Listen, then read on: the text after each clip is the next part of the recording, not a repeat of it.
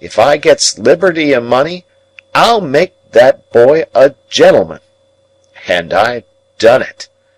Why, look at you, dear boy. Look at these here lodgings o' yourn, fit for a lord. A lord! Ha!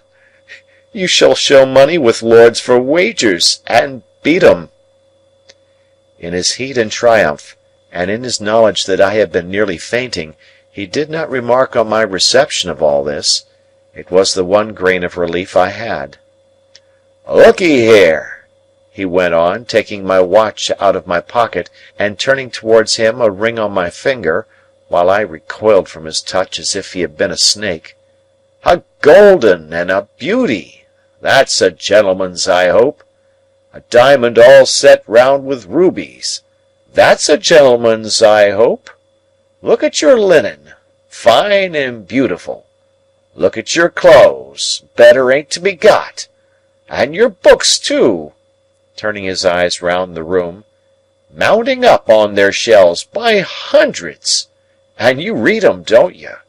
I see you've been a reading of 'em when I come in. Ha ha ha ha! You shall read 'em to me, dear boy. And if they're in foreign languages what I don't understand, I shall be just as proud as if I did."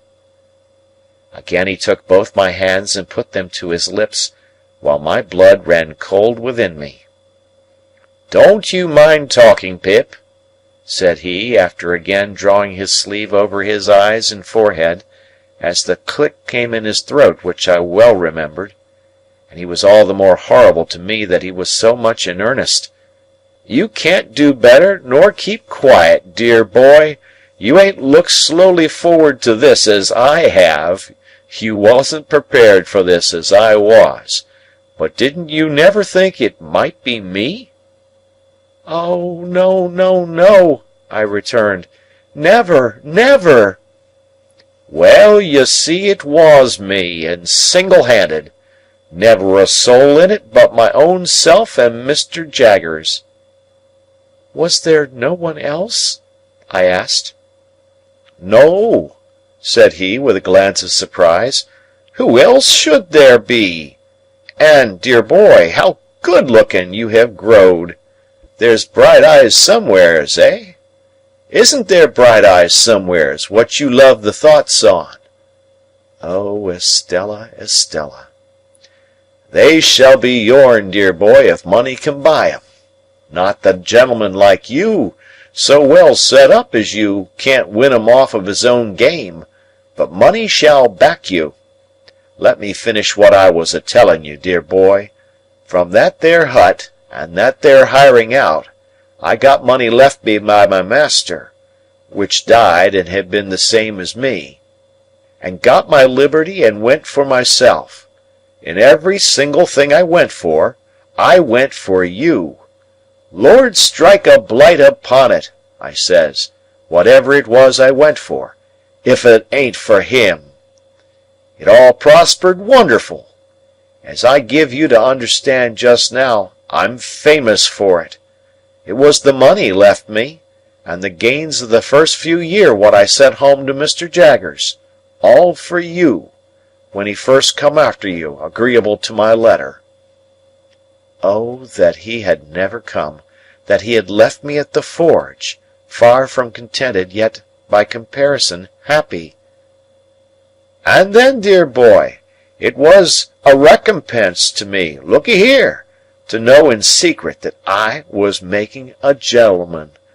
The blood horses of them colonists might fling up the dust over me as I was walking. What do I say? I says to myself, I'm making a better gentleman nor ever you'll be. When one of 'em says to another, he was a convict a few year ago, and is a ignorant common fellow now, for all he's lucky. What do I say? I says to myself, if I ain't a gentleman, nor yet ain't got no learning, I'm the owner of such.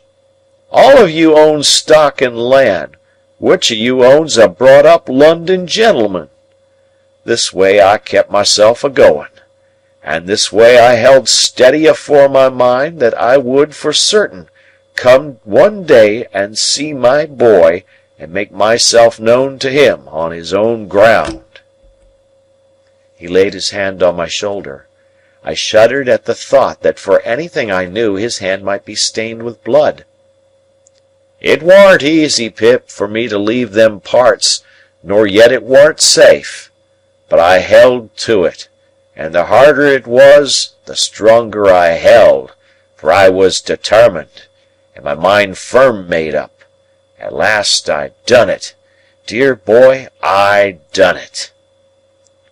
I tried to collect my thoughts, but I was stunned. Throughout, I had seemed to myself to attend more to the wind and the rain than to him. Even now I could not separate his voice from those voices, though those were loud and his was silent. "Where will you put me?" he asked presently. "I must be put somewheres, dear boy." "To sleep?" said I. "Yes, and to sleep long and sound," he answered, "for I've been sea-tossed and sea-washed, months and months." "My friend and companion," said I, rising from the sofa, "is absent. You must have his room." "He won't come back tomorrow, will he?" "No," said I, answering almost mechanically, in spite of my utmost efforts, "not tomorrow." "Because, look'ee here, dear boy," he said, dropping his voice and laying a long finger on my breast in an impressive manner, "caution is necessary."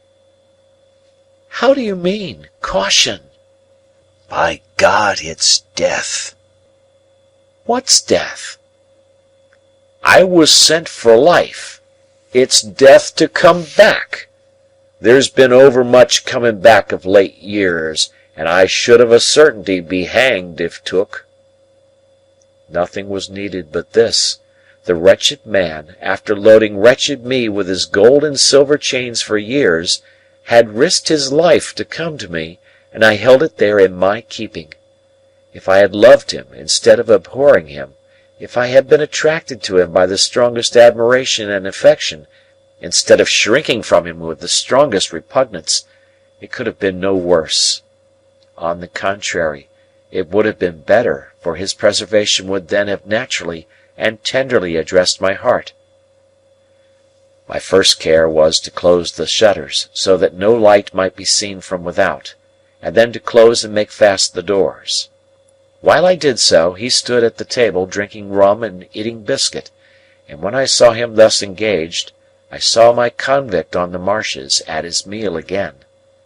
It almost seemed to me as if he must stoop down presently to file at his leg. When I had gone into Herbert's room, and had shut off any other communication between it and the staircase than through the room in which our conversation had been held, I asked him if he would go to bed. He said yes, but asked me for some of my gentleman's linen to put on in the morning. I brought it out and laid it ready for him, and my blood again ran cold when he again took me by both hands to give me good night.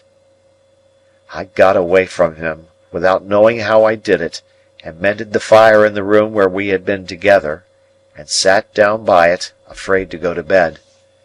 For an hour or more I remained too stunned to think, and it was not until I began to think that I began fully to know how wrecked I was, and how the ship in which I had sailed was gone to pieces. Miss Havisham's intentions towards me, all a mere dream. Estella not designed for me. I only suffered in Satis House as a convenience, a sting for the greedy relations, a model with a mechanical heart to practise on when no other practice was at hand. Those were the first smarts I had.